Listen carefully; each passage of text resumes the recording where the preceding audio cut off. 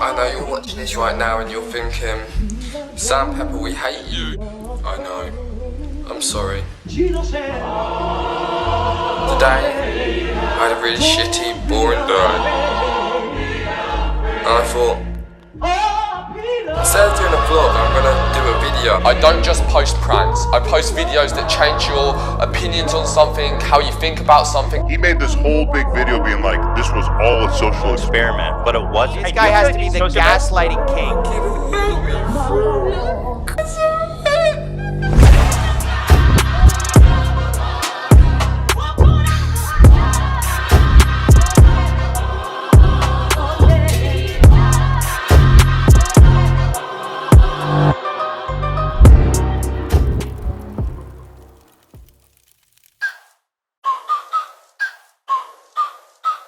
What's up guys, I'm Joey Salads and this is a fake lottery ticket prank. We're gonna go pretend to drug some girls. Don't ever try this. Hey guys, today we're gonna see how parents react when we flash their kids. YouTubers are insane. Over the countless years I've spent withering away on this cursed platform, I've been shocked at the lengths influencers take in pursuit of fickle stardom and sweet internet clout points. Whether it's as stupid as pretending to abuse your children in an epic prank on your wife, or as seriously grim as gorging yourself in front of an audience that's collectively rooting for your emotional and physical dismay. Yay!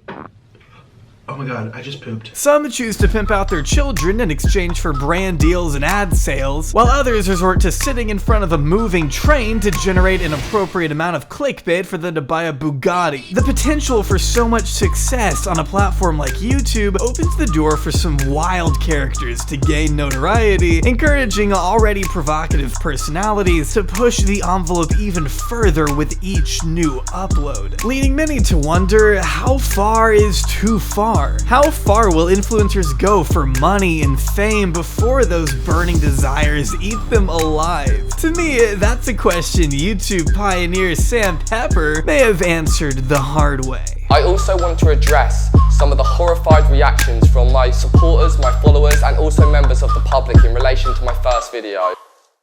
Hey guys, it's Tori from Rock Forever Magazine, and I am here today with the one and only Sam Pepper. That's me. How are you doing? I'm okay, how are you? I am very good. You know what's funny? I'm used to hearing your name like Sam Pepper, so like saying Pepper sounds very weird saying it out loud. Samuel Pepper was born in Kent, England on March 26, 1989. In the beautiful town of Ashford, according to the website biographymask.com, which sounds like an extremely reputable source to me. According to numerous sites, Sam grew up invested in the world of art, as he expressed himself frequently with graffiti and hopes to become an artist full-time one day. Despite working several jobs abroad as a hotel entertainer and tent dismantler, well, this gotta be a fake fucking job, Sam was always quite fond of the limelight, and was finally tapped to join the UK's Big Brother for their 11th season in 2010. And if you don't know how Big Brother works, join the club. I've never seen an episode of my life. But from what I've read, at least about the UK iteration, the housemates take turns completing tasks for money and are slowly evicted each week. I'm paraphrasing, but I really can't express how little I care about the inner workings of this show. If it's not F-Boy Island, I'm not interested. Sam, however, is described by the Big Brother wiki as being a gutsy 21-year-old artist dissatisfied with the binge drinking culture, being easily irritated by people who are over the top like really camp gay guys, which seems like a weird tidbit to throw in there. As mentioned though, he seems to have a disdain for attention seekers who get wound up super easily, aka himself, I guess. I mean, I don't know if it was different back then, but in hindsight, Sam Pepper at least strikes me as one of the most pathetic attention seekers in YouTube history. Hey guys, today I am with Frankie. Have you ever seen these jelly ball things? We are gonna go and build the most ultimate fort in a Costco. Yeah, we're gonna try and spend all night in a zoo. Going so far as to ruin his entire reputation on his boundless quest for popularity, even having the gall to ask for $1 million to delete his account for good. Just retweet the But there's still a lot of ground for us to cover before we get to any of that. Basically, Sam remained a cast member on Big Brother until his big eviction from the house on day 72, when I guess the rest of the housemates had enough of his antics and got tired of bullying him every second of the day. It's actually very funny to watch the entire cast lampoon him throughout the entire series. Shut up, Sam! Well, do what you're supposed to do then. Probably the only entertaining part of the show. But even with Sam out of the house and denied the mainstream spotlight, he just couldn't stay away from the cameras for long. After getting a taste of that ever so sweet celebrity status from Big Brother, Sam Pepper quickly set out to expand his name beyond television and create a legacy that would not soon be forgotten, prepared to do whatever it took to get there. My full-time job is my YouTube channel, so it's pretty epic because I get to make what I love making, and people like enjoy watching me. It's kind of weird, but they enjoy watching what I make. We're asking people what's the most crazy sexual experience you've ever had.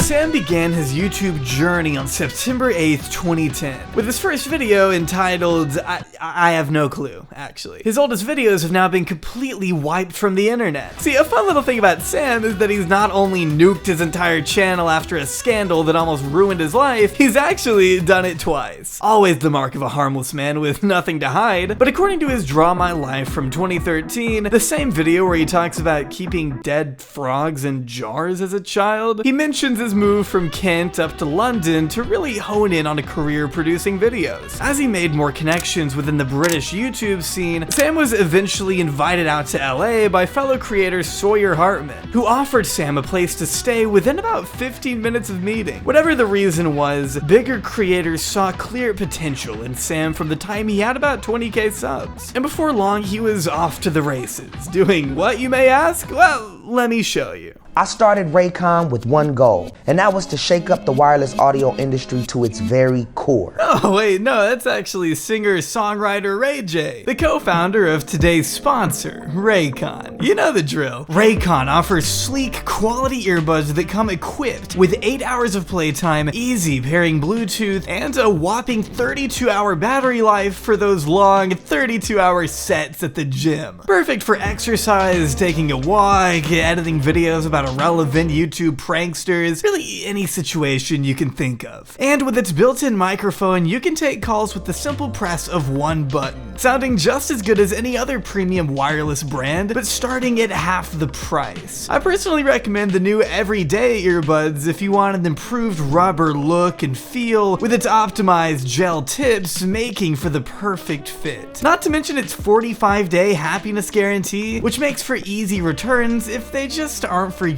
So if you want a quick and easy way to help out the channel, head over to buyraycon.com/Jobry to get 15% off your order today. Link in the description box below. Massive thanks again to Ray J personally for helping out with these videos. Without him, I'd have to resort to pranking strangers on the side of the street, just like our good pal. Hello guys, today I'm joined with Dennis Rody. Today I'm going to be doing a bit of a different prank. This is the postman prank, and let's go!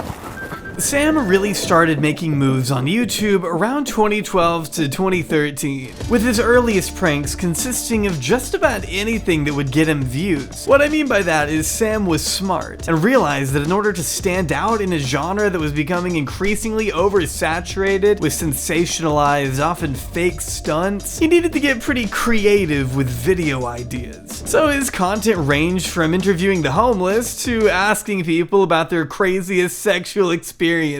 I have sex with the devil every day because he's my husband, and that's not really crazy because I'm in love with him. Fuck. He was the king of clickbait at the time. He knew what people wanted to see, and he wasn't afraid to capitalize on it, eventually reaching a peak of 2.4 million subscribers and over 1 million followers on Twitter, which was especially huge back then. Sure, he may be considered a no-name to anyone who joined the internet after 2016, but it really is important to emphasize just how prevalent this guy was before shooting his entire career in the foot years later. As obnoxious as his pranks were, it was hard to avoid him and his irritating henchmen. Announcing a tour with fellow creator Mazzy I don't care. In September of 2013, as Sam was nearing the top of his game, We've bought like giant inflatable balls that are like hamster balls. Yeah. And we've bought like a straight jacket. Yeah. Confetti cannons.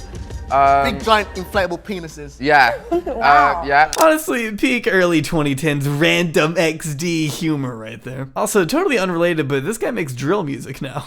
Shall we make out right now? Do it! No! Yes! Wines! How old are you? Close. I'll give you a kiss on the... Oh, do it! Do it. Oh, do it! Oh. Okay.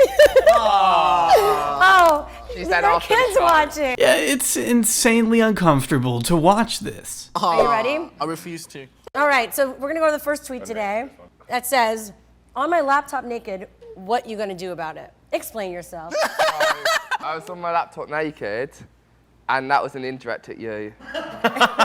So what are you going to do about it is the question. About you being on your laptop naked? Wherever Sam Pepper went, controversy was soon to follow, as a big part of his brand was just that. He knew how unlikable he was, he just didn't care, and actually leaned into it in order to make as much money as possible. A tactic he's employed all the way through 2021, arguably. But what exactly do I mean by that? I don't like that. In the past, he's physically restrained women with rope, lassos, almost got himself beat up over it, handcuffed himself to girls and told them he won't let them go until they make out with him. You like unattach us? Yeah. For a kiss. Just need to put this. No, can you get away from me? And he's forced his mouth on uncomfortable looking beachgoers who are clearly confused about what the hell is going on. Are you serious? Yeah. We are looking for the best kisser on Venice Beach. Ow! So we need to. I'm a nut, so you can kiss me on the cheek. You can kiss me on I'll judge you how you want. You can kiss me on the cheek and I'll judge you. No. Oh, come on. Hello guys, today I'm going to be pinching gals' bums with my secret hand. Sam had never made mainstream headlines until a very peculiar prank in 2014. The fake hand-ass grabbing prank, to be exact. Are you touching my butt? I would not do that, come on. So, I mean, this is just insane in retrospect. In September of that year, Sam Pepper uploaded what could have easily been considered his most controversial prank of that time. Now, of course, we'll get into his other stuff in a second, but this one is what really stirred the pot before anything else. The video depicts Sam wandering aimlessly around the streets of LA, approaching seemingly unsuspecting women and groping them behind their backs. To this day, it blows my mind YouTube would even allow something like this to stay up as long as it did. But as you would expect, the backlash was as swift as ever, and for good reason, as many of the biggest names at the time pulled no punches in their criticism of the depicted assault or social experiment, as he would go on to call it. Truth be told, this was just one of the 3 videos he uploaded on the subject, with the second in the series being the exact same concept, only with the roles reversed. Sam then took to the internet to once again justify these uploads as not only being staged and scripted, but actually a clever social experiment to highlight society's bias when it comes to sexual assault. He claimed that not enough people were as outraged over the video of men being assaulted as the video of women, and that was the point. That was the plan from the start, according to him. I chose to use sexual harassment as the focal point of the experiment. That way, I could pass it off as a prank, pretend it's harmless, and watch all you guys go crazy in the comments. And I'm so glad you did. But if you ask me, the rushed second video and unprepared justification feels more like crude damage control than an actual smartly planned out experiment. Like he was scrambling to save face immediately after the backlash by shoehorning some kind of grandiose social commentary that ended up falling flat regardless of what his initial goal may have been. Women are sexually assaulted every day in millions of seemingly small ways which other people don't see as bad. And yet they affect the woman on the end of them. Most people weren't buying this defense no matter how he tried to manipulate it. He also tried to claim that he had consent from the women in the videos. What he may be referring to is getting his consent form signed after he's done it to use the footage. When some of these women were actually asked if there was consent, their answers suggested no. Even being personally barred from entering VidCon by the event's founder, Hank Green. It's safe to say this little stunt earned Sam Pepper a new reputation, one that would experience even more damage in the days to come. Thanks very much for watching that, guys. I hope you enjoyed the video. If you did, go down there and click the like button. Subscribe because I upload videos every single week, and I will catch you next week. So then I wrote an open letter to Sam asking him with respect and civility to please stop making videos like this. In less than 24 hours, over 100,000 of you signed the letter. That included many YouTube heavyweights like Hank and John Green, Hannah Hart, Grayson Mamrie, Tyler Oakley, Wheezy Waiter, Dan at NerdCube, Strawberry17, Cat Rivik, just tons of people.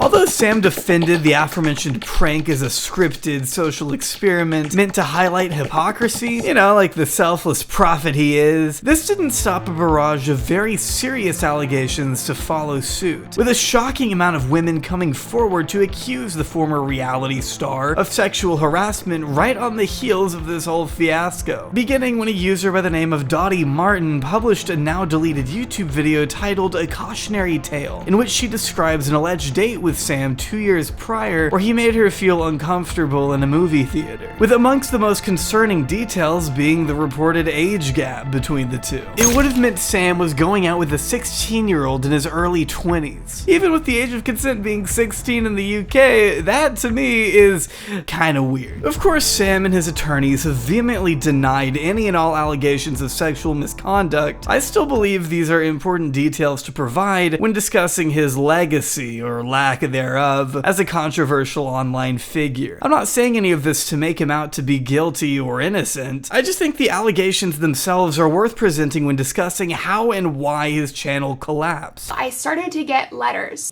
from young women who were allegedly groped and harassed at music festivals, conferences, meetups. There were tons of stories. Another young woman, a fellow YouTuber, told me of a time that he invited her to crash at his place and then threatened to kick her out on the street if she wouldn't get sexual with him. One of the girls we've been exchanging over Skype, and hearing her voice shake and hearing these stories is just so deeply upsetting to me, and I knew that I could not let this go. I could not let it be swept under the rug. I knew that if I didn't say something, then who knows what would have happened. The bottom line is it was thanks to allegations like these that ended up costing our friend his reputation, with another 19-year-old coming forward with her own screenshots and testimony that Sam had solicited nudes from her when she was just 15. Alleging the two met at the signing for the Irish X Factor in 2011, Pepper would have been about 22 at the time the alleged messages were sent. According to an interview, the girl claims she knew he was much older than her, but at the time it didn't matter since she was a huge fan. As she went on to detail, I had pictures of Sam on my wall in my room. He just asked me to send pictures of me naked and stuff and go on Skype, and I did because I was a child and thought he would meet me. He was taking advantage of the fact he knew I and many other girls would fangirl over him, which, as outlined by BuzzFeed, the email seen in the screenshots did seem to correspond with the same address as the one he once tweeted fans back in 2010. With the Skype profile still reportedly being active at the time this article was published in 2014. This was then followed up by several other women coming forward with their own testimonies written out on Tumblr, detailed in YouTube videos, and even in a police report as stated by the BBC. The anonymous 18-year-old had described her entire experience the night the alleged encounter took place after a party. The two were said to have been acquainted through mutual friends, and although I won't recite the entire testimony here, I will say the graphic details make it a pretty difficult read. The main point I'm making here is there were a lot, and I mean a lot, of women who came forward with similar testimonies, which just goes to show why his online empire came crashing down. His fake hand prank marked the beginning of the end, not just because of the obvious public backlash from such a brain-dead and insensitive concept, but the absolute storm of allegations that berated Sam for the remainder of that year. It goes without saying the serious nature of these allegations, combined with his shady history of pranking, which included lassoing and handcuffing girls, may I add. You're beautiful, you're beautiful, you're good. Portrayed Sam in the most negative light imaginable. A lot of people didn't have much trouble believing these women thanks to the backlog of risque content and inappropriate behavior Sam had already shown us through his videos, leaving our man in a very tricky position. Recording? Yeah. How's it going, guys? Sure, by this point he may have burned bridges with every respectable YouTuber he once associated with, and was now barred from entering just about every online convention imaginable, but that didn't mean he disappeared, even though I wish he did. Similar to a cockroach, Sam never fully goes away. Ever. Instead, he accepts the nature of the situation, adapts to new circumstances, and somehow finds a way to reverse engineer the negative press to benefit himself. This is an unfortunate trend with Sam, as he soon learned that all he needed to do in order to gain views, money, and notoriety is just to be as reprehensible and outrageous as possible. A strategy that was fully realized about a year later, with perhaps his most grandiose prank of all time.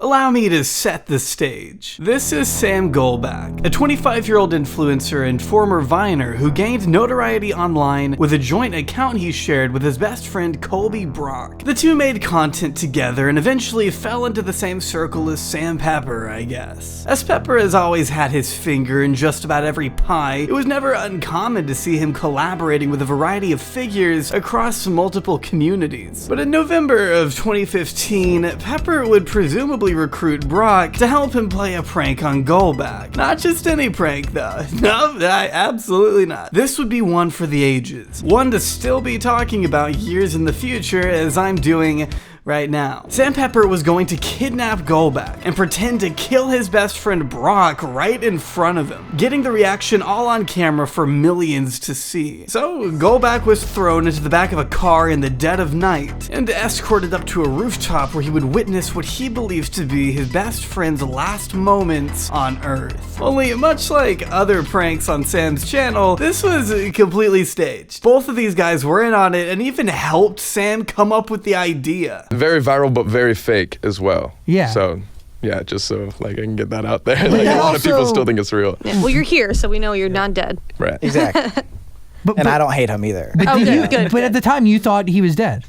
No, that's the thing. Is because on Sam's channel, like he just came to us and wanted to get a viral stunt, and we're like, okay, cool, we'll help you out with this viral stunt. So we actually all three came up with the idea together before we even filmed it. So I was like, yeah, okay, I'll watch my best friend die. That's cool. Let's go.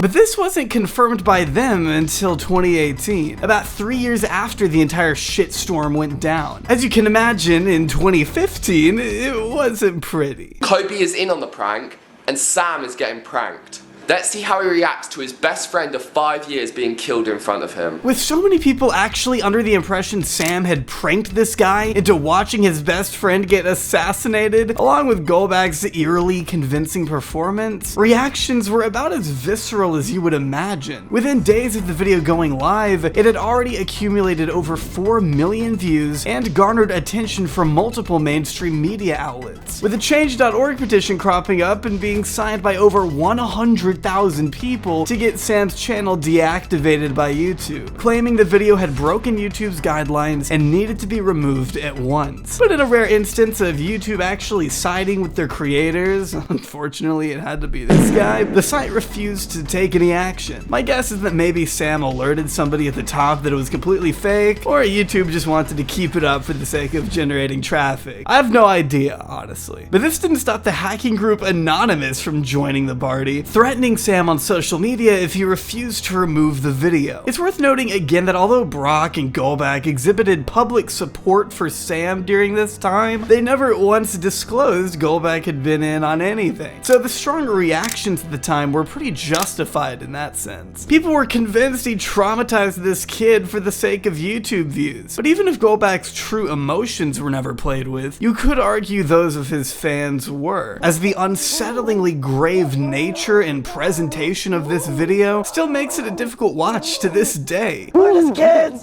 from Kansas. No, he's everything I have. And And I will say, I don't think I agree with him trying to shoehorn this message of living life to the full, not taking life for granted and loving it because it's short. I mean, we all know that wasn't the fucking point of this. Nobody needed to see a guy pretend to get his brains blown out to understand the importance of living. It felt more like they were taking advantage of people's emotions for a quick cash grab. I mean, hell, Sam tried to milk his critics of $1.5 million to delete his channel. He knew exactly what he was doing, with the GoFundMe including a variety of fun rewards like pay $7,500 to kick Sam in the nuts, or at $25,000 to press the delete button on Sam's channel. Just hilarious stuff all around. Anyone willing to give Sam so much as a single dime probably deserves to have their nuts kicked in. As pointed out by Daily Dot contributor Gavia Baker Whitelaw, the campaign didn't last long, but it was still smart of Sam to go with GoFundMe rather than Kickstarter, since he still got to keep any and all donations before having it taken down. Just another shameless instance of Sam capitalizing on such a universally hated persona. Following this minor little publicity stunt, Sam uploaded again in February 2016 with a simple post titled "I'm sorry," which, if I'm not mistaken, are two words he never actually utters in sequential anywhere in the video. Instead, this 20-minute sob story more or less serves as an outlet for Sam to clear his thoughts, update his fans or haters on the state of his channel. Just a few days prior, he had privated the entirety of his public videos and wiped his Twitter account, leaving up a singular tweet reading, "I give up." He essentially validates those who had criticized him, as he understood the person he had been showing online was a pretty unlikable one. But he also tries to say this isn't him, once again denying all allegations of sexual misconduct at the same time, as it seemed to many that Sam had grown to regret the polarizing persona he had given himself over the past several years, and between all the self-loathing, vowed to start fresh by uploading different content from then on out, as long as we gave him a second chance. My whole thought process was stupid. I was an idiot. I put across this image, and there's all these channels making videos about me and people saying stuff about me, and I'm watching and I'm like, well, yeah, like, I guess, like, that's who I've made people think, and I've fallen into that category. I don't want you to feel sorry for me, but I feel like stupid having to ask this, but I want a second chance. Like, I'm really asking you guys, like, please give me a second chance. In the aftermath of Sam's apology, he began uploading vlogs that were a lot tamer in comparison to, you know, exterminating his friend on a rooftop. Unfortunately, they've all been removed now, so classic Sam, I guess. He made a few stupid challenge videos that still remain up today, and although they received pretty good views, I can't imagine anyone above the age of 9 could have enjoyed any of this. Okay, so we've found our dream location. It's up in the, was it? But it was during this era when he moved in with popular Twitch streamer, ex-Twitch streamer, Ice Poseidon, and was promptly thrust into the exuberant and chaotic world of IRL streaming, which was quite the trip. That's what you want to do. Are you serious right now? Hey, stop. Are you serious right now? Serious? I'll fuck you up. Fucking Chill, dude. Sam Pepper and Ice Poseidon reportedly met at an influencer beer pong tournament sometime in 2018. With Ice recognizing Sam as a natural entertainer, he sort of helped revive his career by allowing him to act as a sidekick alongside IRL streams. Sam Pepper and Ice stream together. Yo, dude, are you down to stream together one day? What, like, just do something? That's what this guy asked. Alright, it's official then. We're gonna do some shit in the future then. And you guys can rip me as much as you want then, so start, like, preparing your material. I mean, every time they rip you, I get money, so at least you're a good sport with that. Wherever Ice went, Sam was soon to follow. And we all know at this point, wherever Sam goes, drama isn't far behind. So, I was hoping that you could give us a little bit of an insight into what exactly is going on with this whole situation, Sam Pepper being removed from the network. Okay, so obviously I don't want to really go into too much detail because it's kind of personal. Sam's role in Ice Poseidon's circle didn't last long, thanks to his shady, snake-like tendencies exploding in an online feud that resulted in Sam being dropped from Ice's streaming network. I'll spare you the details of their falling out because it's all petty and not really worth my time, to be frank. But let's just say it involves a military truck, a guy named Scuffed Steve Jobs, and Sam being the familiar fucking idiot we all know him to be. Scuffed Steve Jobs was talking shit about Sam. Sam texted me and he was like, why didn't you defend me? We got into like a little argument and I I just started ignoring his texts. He decides to text my girlfriend. It was the stuff that he said to her that I thought was a little bit manipulative. In my perspective, I thought he was trying to like dictate her emotions to get one over on me, if that makes sense. You know what I mean? Like, this is just how I felt when I saw the screen caps. So Sam's manipulative behavior got him kicked from the group, satisfying the Ice Poseidon fan base and some of the very streamers who had known Sam personally. Sam Pepper, I fucking hate Sam. You know, I gave him benefit of the doubt. I gave Sam benefit of the doubt for ages. And then he tried to sleep with the girl I brought up, Connie. Who I'm not dating. I can't date Connie. She lives in another country. He tried to have sex with Connie. I was like, you just don't do that to your friends, bro. Like, who fucking does that? That's such a, like, I know, I hate the snake meme, but that's such a snake thing to do.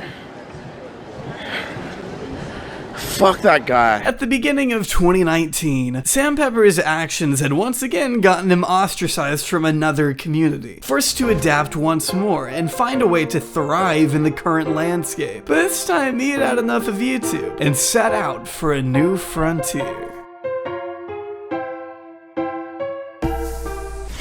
Later in 2019, Sam and his girlfriend would go viral on TikTok, thanks to a video of them saving some baby ducks, generating a grand total of 2 million likes and over 10 million views. It was at that moment, I assume, that Sam saw a new opportunity and began posting pretty regularly to TikTok, quickly getting tens of millions of views and building up his profile to over 4 million followers, which is a bigger reach than his YouTube channel at its peak, getting over 100 million likes by barely even showing his face. Not like his fans on TikTok really recognized him or his name from YouTube, though. Kids on TikTok are a completely different demographic than what he's used to. They weren't around for the slew of controversies on YouTube in the mid-2010s. On TikTok, Sam can be a completely new person, which is exactly what he was looking for.